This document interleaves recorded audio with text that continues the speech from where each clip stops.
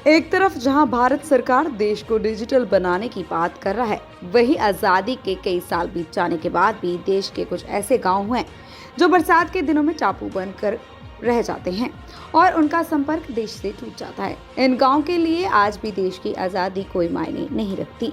बात करते हैं पहले गुरदासपुर के मकौड़ा पत्तन पर बना लकड़ी का अस्थायी पंटून पुल उठाया गया और अब गुरदासपुर के हल्का दीनानगर के अधीन पड़ते मकौड़ा पत्तन पर रावी दरिया के ऊपर से पंटून पुल उठा लिया गया, जिससे रावी पार बसने वाले 8 गांव टापू में तब्दील होकर रह गए हैं और गांव के लोगों को रोजमर्रा के काम करने के लिए एक किश्ती का सहारा लेना पड़ता है।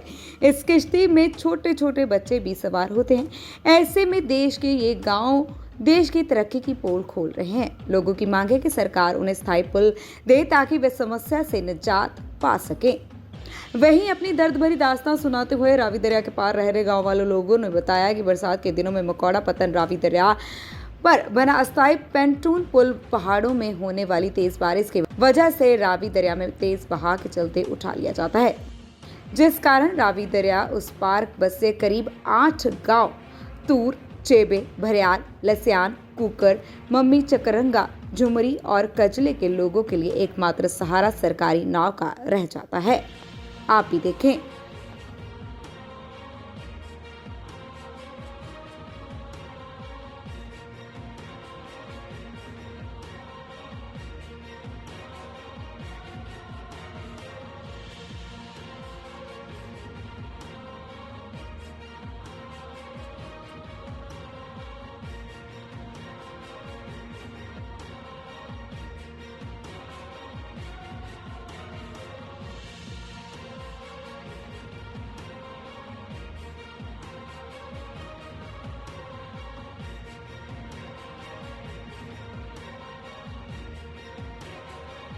देखो जी, मुश्किल ਤੁਹਾਡੇ ਸਾਹਮਣੇ ਹੀ ਕੱਲ ਦੇ ਇੱਕ ਲੇਡੀ ਦੇ ਸੱਟ ਲੱਗ ਗਈ ਤੇ ਉਹਦੇ ਕਰਕੇ ਕੱਲ ਤੋਂ ਪਿੰਡ ਹੀ ਤੇ ਅੱਜ ਸਵੇਰੇ ਨਾਲ ਲਿਆਂਦਾ ਗਿਆ। ਉਸ ਤੋਂ ਬਾਅਦ ਹੁਣ ਮੈਡੀਕਲ ਸਹੂਲਤ ਤੋਂ ਸ਼ਹਿਰ ਤੋਂ ਦਵਾਈ ਆ ਬ੍ਰਹਮਪੁਰ ਤੋਂ, ਫਿਰ ਉਹਨਾਂ ਨੂੰ ਵਾਪਸ ਲਿਆਂਦਾ ਗਿਆ।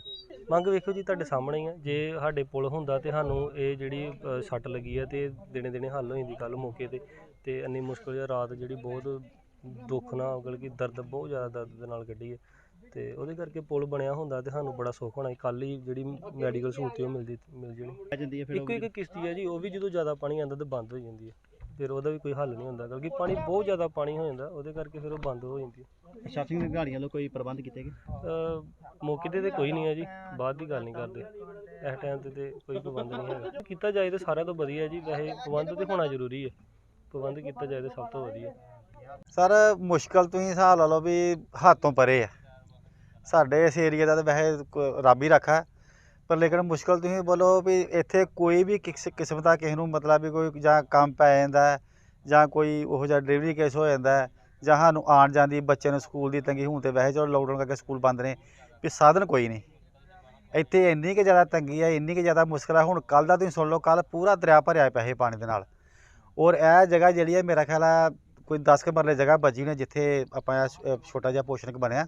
ਇੱਥੇ 15-20 ਬੰਦੇ ਕੱਲ੍ਹ ਫਸ ਗਏ ਸੀ ਵਿੱਚ ਇਹਦੇ। ਪਾਣੀ ਇੱਥੋਂ ਇੱਧਰੋਂ ਵੀ ਉੱਪਰੋਂ ਦੀ ਪੈ ਗਿਆ, ਇੱਧਰੋਂ ਵੀ ਉੱਪਰੋਂ ਪੈ ਗਿਆ, ਬੰਦੇ ਵਿੱਚ ਗੱਭੇ ਫਸੇ ਦੇ ਸੀ ਅਤੇ ਸਾਧਨ ਕੋਈ ਨਹੀਂ ਜਾਂਦਾ, ਕੋਈ ਵੀ ਨਹੀਂ। ਬਸ ਇਹ ਵੱਡੀ ਸਮੱਸਿਆ ਦਰਿਆ ਦੀ ਹੈ ਅਤੇ ਇੱਧਰੋਂ ਫਿਰ ਅੱਗੇ ਥੋੜ੍ਹੀ ਦੂਰ ਜਾ ਕੇ ਅੱਗੇ ਨਾਲ ਹੀ ਬਾਰਡਰ ਹੈ ਅਤੇ ਇੱਧਰੋਂ ਫਿਰ ਜਾਂ ਤਾਂ ਪਾਕਿਸਤਾਨ ਨਾਲ ਲਾ ਦੇਣ ਵੀ ਚਲੋ ਆਵਾਜਾਈ ਉੱਧਰ ਰਿਸ਼ਤੇਦਾਰੀ ਬਣਾ ਲਾਂਗੇ, ਉੱਧਰ ਖੁੱਲ੍ਹੀ ਰਹਿ ਜਾਏਗੀ। ਨਹੀਂ ਤਾਂ ਇੱਧਰਲੇ ਪਾਸੇ ਸਾਡਾ ਬਿਲਕੁਲ ਕੋਈ ਸਬਜ਼ੀ ਨਹੀਂ, ਕੋਈ ਰਾਸ਼ਨ ਨਹੀਂ, ਕਿਸੇ ਪਾਸੇ ਜਾ ਹੀ ਨਹੀਂ ਸਕਦੇ, ਸਭ ਕੁਛ ਸਾਧਨ ਬੰਦ ਹੋ ਜਾਂਦਾ, ਠੱਪ ਕੰਮ ਹੋ ਜਾਂਦਾ। ਜਦੋਂ ਵੀ ਕਿੱਦਾਂ ਪੈਣੀਆਂ ਦੀ ਫਿਰ ਆਪਣੀ ਜਾਨ ਨੂੰ ਹੋਰ ਖਤਰਾ ਹੋ ਜਾਂਦਾ। ਤੁਸੀਂ ਆ ਵੀ ਸਮਝਦਾਰ ਹੋ, ਇੱਥੇ 2 ਦਰਿਆ ਇਕੱਠੇ ਆ ਗਏ, ਮਤਲਬ ਵੀ ਟੀਟਾ ਬੰਦਾ ਇੱਧਰਲੇ ਪਾਸਿਓਂ ਰਾਵੀ ਆਉਂਦੀ ਹੈ, ਇੱਧਰੋਂ ਉੱਝ ਆਉਂਦੀ ਹੈ। ਇਹ ਜਦੋਂ 2 ਦਰਿਆਵਾਂ ਦਾ ਪਾਣੀ ਆ ਜਾਂਦਾ ਇਕੱਠਾ ਹੋ ਜਾਂਦਾ ਇੱਥੇ ਆ ਕੇ, ਇੱਥੇ ਬੜਾ ਜ਼ਿਆਦਾ ਵਹਾਅ ਹੋ ਜਾਂਦਾ। ਅਗਲੇ ਪਾਸੇ ਨਾਲ ਹੀ ਜਾ ਕੇ ਉੱਥੋਂ ਜਾ ਕੇ ਇਹਨਾਂ ਨੇ ਸਰਕਾਰ ਨੇ ਕੀ ਕੀਤਾ ਵੀ ਇੱਧਰੋਂ ਦਰਿਆ ਦਾ ਵਹਾਅ ਬਹੁਤ ਜ਼ਿਆਦਾ, ਉੱਧਰੋਂ ਜਾ ਕੇ ਛੋਟਾ ਕਰਤਾ। ਪਾਣੀ ਨੂੰ ਜਿਉਂ ਡੱਕਾ ਲੱਗਦਾ, ਹੁਣ ਸਾਰਾ ਪਾਣੀ ਪਿੱਛੇ ਆ ਜਾਂਦਾ। ਮਤਲਬ ਵੀ ਇਹਨਾਂ ਲੋਕਾਂ ਨੂੰ ਤਾਂ ਬੰਨ੍ਹ ਕੇ ਮਾਰਨ ਵਾਲੀ ਗੱਲ ਹੈ ਜੀ। ਪ੍ਰਸ਼ਾਸਨ ਕੋਲੋਂ ਆਪਾਂ ਇਹ ਮੰਗ ਕਰਦੇ ਹਾਂ ਵੀ ਕਮ ਸੇ ਕਮ ਨਹੀਂ ਹੋਰ ਕਹੋ ਵੀ ਚਲੋ ਸਾਡੀ ਜਿਹੜੀਆਂ ਬਾਕੀ ਸਮੱਸਿਆ ਤੁਸੀਂ ਨਹੀਂ ਹੱਲ ਕਰ ਸਕਦੇ ਕੁਛ ਵੀ, ਅਤੇ ਜਿਹੜਾ ਸਾਡਾ ਇਹ ਪੁਲ ਦਾ ਮਸਲਾ ਤੁਸੀਂ ਇਹੋ ਇੱਕ ਹੱਲ ਕਰ ਦਿਓ ਤਾਂ ਅਸੀਂ ਸਾਰੀ ਜ਼ਿੰਦਗੀ ਆਪਦਾ ਰਹਿਣੀ ਰਵਾਂਗੇ। ਅਸੀਂ ਉਸ ਸਰਕਾਰ ਕੋਲ ਕੁਛ ਨਹੀਂ ਮੰਗਦੇ, ਸਾਡਾ ਕਮ ਸੇ ਕਮ ਜਿਹੜਾ ਪੁਲ ਹੈ ਬਣ ਜੇ, ਸਾਨੂੰ ਆਵਾਜਾਈ ਆਉਣ ਜਾਣ ਦੀ ਥੋੜ੍ਹਾ ਸਾਧਨ ਕੋਈ ਸੌਖ ਹੋ ਜੇ। ਕਿਸ਼ਤੀਆਂ ਵੇਖੋ, ਇੱਕ ਕਿਸ਼ਤੀ ਹੈਗੀ ਉਹਦੇ ਵਾਸਤੇ ਬੰਦੇ ਲੱਭਣ ਡੇ। ਅੱਜ ਕੱਲ੍ਹ ਕਿਸੇ ਨੂੰ ਤੁਸੀਂ ਆਪ ਸਿਆਣੇ ਹੋ ਵੀ ਤਾਰੂ ਤੂਰੂ ਕੋਨਾ ਕੋ ਹੈ ਹੀ ਨਹੀਂ। ਪਹਿਲੇ ਮਲਾਹੀ ਪਹਿਲੇ ਚਲੋ ਮਲਾਮਾਂ ਦੇ ਕੋਲੋਂ ਵੀ ਉਹਨਾਂ ਦਾ ਵਿਜ਼ਨ ਸੀ, ਉਹ ਚੱਲਦੇ ਸੀ, ਕੰਮ ਕਰਦੇ ਸੀ। ਹੁਣ ਅੱਗੇ ਨਵੇਂ ਸਿਰੇ ਬੇੜੀ ਇੱਕ ਲੋਹੇ ਦੀ ਦਿੱਤੀ ਹੈ, ਇਹਦੇ ਵਿੱਚ ਵੀ ਚਲੋ ਵੀ ਸਵਾਰੀ ਜ਼ਿਆਦਾ ਨਹੀਂ ਬਹਿ ਸਕਦੀ ਤੇ ਸਵਾਰੀਆਂ ਤੁਹਾਨੂੰ ਪਤਾ ਹੀ ਆ ਅੱਜ ਕੱਲ੍ਹ ਹੁਣ ਆਵਾਜਾਈ ਕਿੰਨੀ ਹੈ, ਤੁਸੀਂ ਵੇਖ ਹੀ ਰਹੇ ਹੋ ਉੱਥੇ ਕਿੰਨੇ ਦਿਨ ਤੋਂ ਮਤਲਬ ਵੀ ਕਿੰਨੇ ਚਿਰ ਤੁਸੀਂ ਇੱਥੇ ਖੜੇ ਹੋ। ਲੀਡਰਾਂ ਵੱਲੋਂ ਵੀ ਕਿਹਾ ਜਾਂਦਾ ਹੈ ਕਿ ਪੁਲ ਜਿਹੜਾ ਬਣ ਜੂਗਾ, ਕਿੰਨੇ ਕੁ ਆਸ਼ਵਾਸਨ ਜਿਹੜੇ ਮਿਲੇ, ਕੀ ਹਜੇ ਤੱਕ ਲੀਡਰਾਂ ਵੱਲੋਂ ਕੀ ਕੀਤਾ ਗਿਆ? ਕਿਉਂਕਿ ਹਲਕੇ ਦੀ ਮੰਤਰੀ ਵੀ ਇੱਥੇ ਤੁਹਾਡੇ ਕੈਬਨਿਟ ਮੰਤਰੀ ਹਾਂਜੀ। ਹੈਗੇ ਆ ਉਹਨਾਂ ਚੋਂ ਵੀ। ਆਉਂਦੇ ਹੈਗੇ ਨੇ ਸਾਰੇ ਜੀ, ਬਸ ਉਹਨਾਂ ਨੇ ਜਦੋਂ ਉਹਨਾਂ ਨੂੰ ਆਪਣੀ ਵੋਟਾਂ ਪਾਟਾਂ ਦੀ ਜ਼ਰੂਰਤ ਹੁੰਦੀ ਹੈ ਉਦੋਂ ਤੇ ਆਉਂਦੇ ਨੇ। ਬਾਕੀ ਜੇ ਸਪੈਸ਼ਲ ਤੁਰ ਕੇ ਤੁਸੀਂ ਕਹੋ ਵੀ ਜਿੱਦਾਂ ਕੋਈ ਔਖਾ ਪੜੀ ਆ ਗਈ, ਜੇ ਕਿਸੇ ਨੂੰ ਕਹੋ ਜਾ ਕੇ ਵੀ ਇੱਦਾਂ ਦਾ ਕਰਕੇ ਆਹ ਸਿਸਟਮ ਅੱਜ ਲਿਆ ਵੀ, ਲੇਕਿਨ ਕੋਈ ਉਧਰੋਂ ਵੀ ਕੋਈ ਸਾਨੂੰ ਕੋਈ ਸਹੂਲਤ ਕੋਈ ਉਹ ਨਹੀਂ ਕੋਈ। ਇੱਧਰ ਵੈਸੇ ਅਰਨਾ ਚੌਧਰੀ ਆਈ ਹੈ ਤੇ ਬਾਕੀ ਚਲੋ ਉਹਨਾਂ ਸਾਡੇ ਲਾਗੇ ਪੈਂਦੇ ਨੇ, ਆਉਣ ਨੂੰ ਆਉਂਦੇ ਜਾਂਦੇ ਨੇ, ਕੋਈ ਗੱਲ ਨਹੀਂ ਵੀ, ਲੇਕਿਨ ਸਾਨੂੰ ਜੇ ਕੋਈ ਤੁਸੀਂ ਆਹ ਪੁਲ ਪਿੱਛੇ ਲੱਕੜ ਦਾ ਸੀ ਟੁੱਟ ਗਿਆ ਸਤੀਰੀਆਂ ਕਰਕੇ, ਪਤਾ ਨਹੀਂ ਕਿੰਨੀ ਕੁ ਵਾਰੀ ਜਾ ਚੁੱਕੇ ਆ, ਉਹਦੇ ਕਰਕੇ ਵੀ ਮਤਲਬ ਵੀ ਕੁਛ ਨਹੀਂ, ਮਤਲਬ ਯਾਰ ਟੁੱਟੀਆਂ ਜਿਹੀਆਂ ਸਤੀਰੀਆਂ ਤੁਸੀਂ ਵੇਖ ਲਓ, ਅੱਧਾ ਲੰਘਾ ਸੀ, ਅੱਧਾ ਮਤਲਬ ਵੀ ਪਾਣੀ ਲੰਘ ਕੇ ਫੇਰ ਹੁਣ ਜਾਣੇ ਪੈਂਦਾ ਰਿਹਾ। ਬਾਕੀ ਮਤਲਬ ਨੂੰ ਸਾਰੇ ਆਉਂਦੇ ਉੱਦਾਂ ਵੈਸੇ ਕੁਛ ਨਹੀਂ, ਕੋਈ ਸਹੂਲਤ ਸਾਡਾ ਕੋਲ ਕੁਛ ਨਹੀਂ ਹੈ।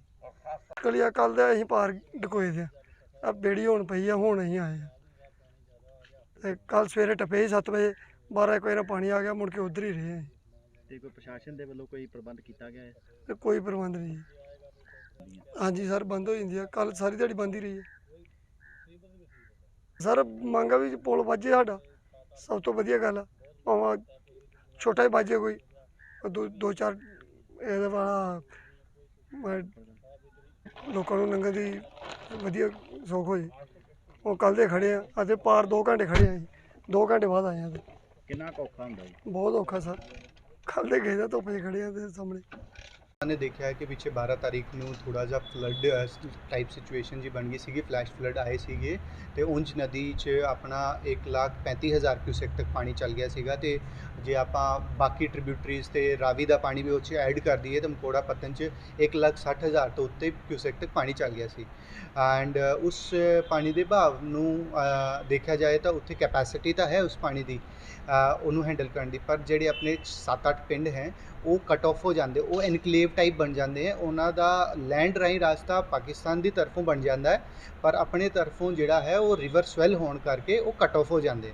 ਨਾਰਮਲ ਕਿਸ਼ਤੀ ਆਪਣੀ ਜਿਹੜੀ ਲੋਕਲ ਉੱਥੇ ਲੋਕ ਚਲਾਉਂਦੇ ਹੈ, ਉਹ ਕਿਸ਼ਤੀ ਦੇ ਆਪਰੇਸ਼ਨਸ ਆਪਾਂ ਨੂੰ ਬੰਦ ਕਰਨੇ ਪੈਂਦੇ ਹੈ, ਪਰ ਤਾਂ ਕਿ ਲੋਕਾਂ ਨੂੰ ਕੋਈ ਐਮਰਜੈਂਸੀ ਸਿਚੁਏਸ਼ਨ ਜਾ ਕੇ ਕੋਈ ਮੈਡੀਕਲ ਜਾਂ ਕੋਈ ਹੋਰ ਐਮਰਜੈਂਸੀ ਹੁੰਦੀ ਹੈ, ਉਹਦੇ ਵਾਸਤੇ ਸਾਡਾ BSF ਨਾਲ ਪ੍ਰੋਪਰ ਰਾਬਤਾ ਰਹਿੰਦਾ ਹੈ। ਤੇ ਉੱਪਰ ਅਪਸਟ੍ਰੀਮ ਪਹਾੜੀਪੁਰ ਵਿੱਚ, ਜਿਹਦਾ ਕਿ ਆਪਣਾ ਪਠਾਨਕੋਟ ਡਿਸਟ੍ਰਿਕਟ ਵਿੱਚ ਪੜਦਾ ਹੈ, 3-4 ਕਿਲੋਮੀਟਰ ਪਹਾੜੀਪੁਰ ਅਪਸਟ੍ਰੀਮ ਹੈਗਾ ਉਂਝ ਨਦੀ, ਤੇ ਉੱਥੇ ਅਸੀਂ ਇੱਕ ਮੋਟਰ ਬੋਟ ਇਸਟੈਬਲਿਸ਼ ਕੀਤੀ ਹੋਈ ਹੈ।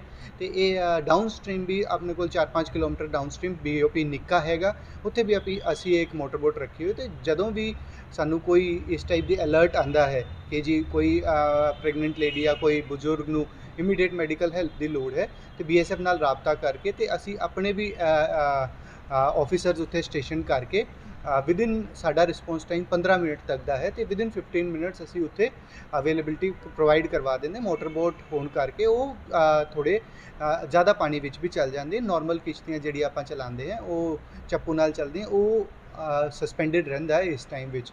ਉਹ 1-2 ਦਿਨ ਦਾ ਫਿਨੋਮੀਨਾ ਹੁੰਦਾ, ਜਦੋਂ ਪਾਣੀ ਲੰਘ ਜਾਂਦਾ ਹੈ ਉਹਨਾਂ ਰੈਗੂਲਰ ਕੋਰਸ, ਤਾਂ ਫਿਰ ਨਾਰਮਲ ਕਿਸ਼ਤੀਆਂ ਵੀ ਆਪਣੀ ਚੱਲਣੀ ਸ਼ੁਰੂ ਹੋ ਜਾਂਦੀ। ਡਿਸਟ੍ਰਿਕਟ ਲੈਵਲ 'ਤੇ ਜੀ ਅਸੀਂ ਸਾਡੇ ਕੋਲ ਇਕਵਿਪਮੈਂਟਸ ਹੈਗੇ ਅੱਜ ਦੇ ਟਾਈਮ, ਤੇ ਹੋਰ ਨਵੇਂ ਇਕਵਿਪਮੈਂਟਸ ਵੀ ਅਸੀਂ ਮੰਗਵਾ ਰਹੇ ਹਾਂ। ਡਿਵੀਜ਼ਨਲ ਕਮਿਸ਼ਨਰ ਜਲੰਧਰ ਨੂੰ ਸਟੇਟ ਲੈਵਲ ਤੋਂ ਇਸ ਦੀ ਪ੍ਰਵਾਨਗੀ ਦਿੱਤੀ ਹੋਈ ਹੈ, ਤੋ ਉਹਦੇ ਤਹਿਤ ਅਸੀਂ ਕਈ ਲੱਖਾਂ ਦੇ ਹੋਰ ਇਕਵਿਪਮੈਂਟਸ ਜਿੱਦਾਂ ਕਿ ਮੋਟਰ ਬੋਟਸ, ਆਪਣੇ ਸੇਫਟੀ ਵੈਸਟ ਹੋ ਗਏ ਜਾਂ ਹੋਰ ਜਿਹੜਾ ਹੈ ਉਹ ਅਸੀਂ ਪ੍ਰੋਵਾਈਡ ਕਰਵਾ ਰਹੇ ਹਾਂ। ਤੇ ਟੈਕਟੀਕਲ ਜਗ੍ਹਾ 'ਤੇ ਜਿਹੜੇ ਕਿ ਸਾਨੂੰ ਲੱਗਦਾ ਹੈ ਕਿ ਉਹ ਆਪਣੇ ਜ਼ਿਆਦਾ ਗੂੜ੍ਹ ਤਰੀਕੇ ਨਾਲ ਅਫੈਕਟਡ ਏਰੀਆ ਹੋ ਸਕਦੇ ਆ ਹੜ੍ਹਾਂ ਦੇ, ਉਹਨਾਂ ਵਿੱਚ ਅਸੀਂ DFSC ਨੂੰ ਤੇ ਬਾਕੀ ਸਾਰੇ ਮਹਿਕਮਿਆਂ ਨੂੰ ਵੀ ਅਸੀਂ ਮੋਬਿਲਾਈਜ਼ ਕਰਕੇ ਸੈਂਟਰਸ ਐਸਟੈਬਲਿਸ਼ ਕਰ ਲਏ।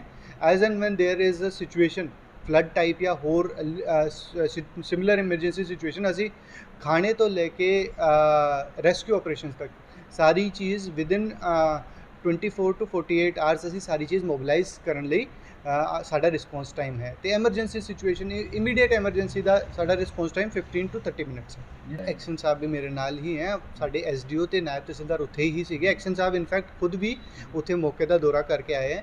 ਉਹਨਾਂ ਨੂੰ ਇਸ ਟਾਈਪ ਦੀ ਕੋਈ ਲੋਕਾਂ ਵੱਲੋਂ ਕੋਈ ਕੰਪਲੇਂਟ ਜਾਂ ਉਸ ਟਾਈਪ ਨਹੀਂ ਆਈ ਹੈ। ਹਾਂ, ਕਿਉਂਕਿ ਪਾਣੀ ਸਵੈਲ ਹੁੰਦਾ ਤਾਂ ਅਸੀਂ ਵੀ ਬੋਟ, ਕਿਉਂਕਿ ਉਹ ਬਿਲਕੁਲ ਮੇਕ ਸ਼ਿਫਟ ਆਪਣੀ ਬੋਟ ਹੁੰਦੀ ਹੈ ਚੱਪੂ ਵਾਲੀ, ਉਹਨੂੰ ਅਸੀਂ ਅਲਾਉ ਨਹੀਂ ਕਰਦੇ। ਐਂਡ ਕੋਈ ਜਿੱਦਾਂ ਮੈਂ ਪਹਿਲਾਂ ਵੀ ਦੱਸਿਆ ਤੁਹਾਨੂੰ ਕਿ ਐਮਰਜੈਂਸੀ ਸਿਚੁਏਸ਼ਨ ਜਿੱਦਾਂ ਵੀ ਫਲੈਗ ਹੁੰਦੀ ਹੈ, ਉਸ ਨੂੰ as it is take care ਕੀਤਾ ਜਾਂਦਾ ਹੈ। ਉਹ ਸਾਡੇ ਲੈਵਲ ਤੇ ਫਲੈਗ ਨਹੀਂ ਹੋਈ। ਐਕਸ਼ਨ ਸਾਹਿਬ ਤੇ ਨਾਇਬ ਤਹਿਸੀਲਦਾਰ ਆਪ ਮੌਕੇ ਤੇ ਵਿਜ਼ਿਟ ਕਰਕੇ ਆਏ ਸੀਗੇ ਤੇ ਉੱਥੇ ਲੋਕਾਂ ਵੱਲੋਂ ਇਸ ਟਾਈਪ ਦੀ ਕੋਈ ਐਮਰਜੈਂਸੀ ਸਿਚੁਏਸ਼ਨ ਫਲੈਗ ਨਹੀਂ ਕੀਤੀ ਗਈ। ਐਜ਼ ਐਂਡ ਵਨ ਫਲੈਗ ਹੋ ਜਾਂਦੀ we will take immediate action ਜੀ।